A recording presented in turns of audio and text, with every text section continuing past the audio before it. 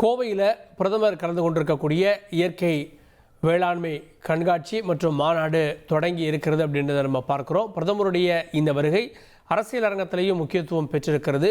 நம்மோடு அதிமுக முன்னாள் அமைச்சர் சட்டமன்ற உறுப்பினர் திரு தளவாய் சுந்தரம் இணைந்திருக்கிறார். சார் வணக்கம். பிரதமர் இப்போது தமிழ்நாட்டுக்கு வந்திருக்கிறார். பீகார் தேர்தலை முடிச்சுட்டு வர்றாரு. கூட்டணியில் வெற்றி வியூகத்தில் பிரதமருடைய பங்களிப்பு எப்படி பார்க்குறீங்க? கூட்டணி விரிவுபடுத்தப்படுமா? வணக்கம் சார். மாண்புமிகு எதிர்க்கட்சித் தலைவர் எடப்பாடி அவர்கள் ஏற்கனவே பாரதிய ஜனதாவுடைய கூட்டணி பற்றி தெளிவாக விளக்கம் கொடுத்திருக்கிறார்கள். பாரதமருடைய வருகைக்கு முதலாக அங்கே விவசாயிகள் மாநாடு நடக்கிறது, அதற்கு வந்திருக்கிறார்கள். அதே போல் பீகாரில் வெற்றி பெற்றதற்கு நமது எடப்பாடி அவர்கள் மிக மகிழ்ச்சி அடைந்து நன்றி தெரிவித்திருக்கிறார்கள். பாரதிய ஜனதா அதிமுக கூட்டணி என்பது உறுதி செய்யப்பட்ட கூட்டணி. ஏற்கனவே அமித்ஷா அவர்கள் இங்கே வந்து தெளிவான விளக்கத்தை கொடுத்து சென்றிருக்கிறார்கள். ஆக கூட்டணி என்பது அந்த கூட்டணியுடைய தர்மத்தின் அடிப்படையிலே எதிர்க்கட்சி தலைவர் பாரத பிரதமரை சந்தித்து அதற்கான விளக்கங்கள் எப்படி தேர்தல் அமைய வேண்டும் என்பதை பற்றி பேசுவதாக நினைக்கிறேன். இப்போதே திரு ஜி.கே. வாசன் வந்திருக்கார் அப்படின்றத பார்க்கிறோம்.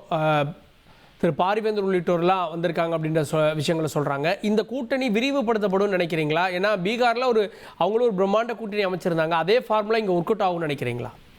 இல்ல, அதே நீங்க வந்து என்டிஏ பொறுத்தளவுல தமிழ்நாட்டில் என்டிஏ கூட்டணியுடைய தலைவர் நமது எடப்பாடி அவர்கள், இது ஏற்கனவே அமித்ஷா அவர்கள் கூறியது. அவங்க கூட்டணியை விரிவுபடுத்துவது. அதே போல 2026 தமிழ்நாட்டிலே அனைத்து இந்திய அண்ணா திராவிட முன்னேற்ற கழகத்தினுடைய பொதுச் செயலாளர் முதலமைச்சராவது உறுதி என்ற நிலைப்பாடு மக்கள் தெளிவாக இருக்கிறார்கள். எனவே இந்த கூட்டணியிலுடைய மீண்டும் மேலால் யார் யார் கூட்டணி சேருவார் என்பதை விரிவுபடுத்துவதற்கான ஆலோசனைகள் நடைபெறலாம். அதற்கான நடவடிக்கை அவர் முதலமைச்சராக என்ற முறையில் இருந்த போதும் சரி, இப்போது எதிர்க்கட்சி தலைவராக இருக்கும் போதும் சரி, பாரத பிரதமரை சந்தித்து அதற்கான யூகங்களை வகுப்பதாக எனக்கு தெரிகிறது.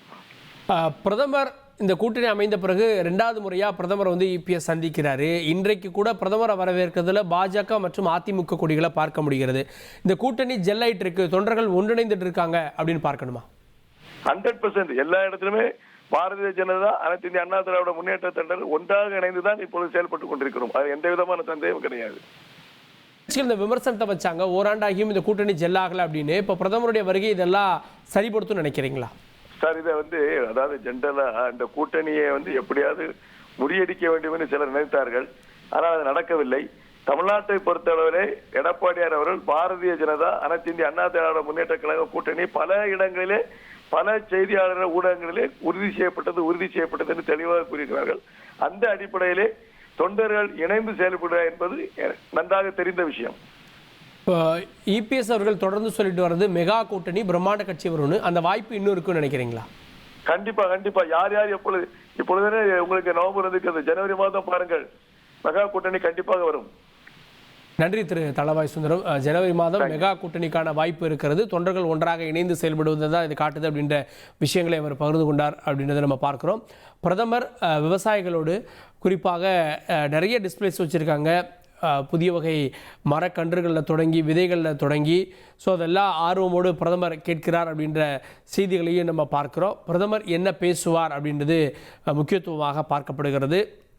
இதில் வேளாண்மை பற்றி மட்டும் பேச போகிறாரா, இல்லை அரசியலும் பேச போகிறாரா, குறிப்பாக கட்சிகளை எதிர்த்து அவர் பேச போகிறார்? இதே மாதிரி தான் தமிழ்நாட்டுக்கு எவ்வளோ நிதி கொடுத்தாலும் பத்தலைன்னு சொல்கிறாங்க அப்படின்னு பிரதமர் மாநில அரசை குற்றம் சாட்டி இருந்தார் அப்படின்றத நம்ம பார்க்குறோம். அதே மாதிரியான குற்றச்சாட்டுக்களை வைக்க போகிறாரா அப்படின்ற கேள்விகளும் இருக்கிறது.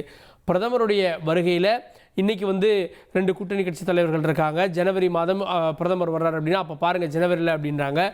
மெகா கூட்டணியை பாஜக என்டிஏ எதிர்நோக்கி இருக்கிறதா? அந்த வாய்ப்புகளுக்கு இப்போ பிரதமருடைய வருகை வலு சேர்க்கிறதா அப்படின்ற கேள்விகள்லாம் ஏற்பட்டிருக்கிறது. இனி செல்லும் இடமெல்லாம் செய்தி. தந்தி டிவியின் வாட்ஸ்அப் சேனலை ஃபாலோ பண்ணினா செல்ல இருக்கும் இடமெல்லாம் செய்தி. இதோ QR கோட் இப்பவே ஸ்கேன் பண்ணுங்க, ஃபாலோ பண்ணுங்க.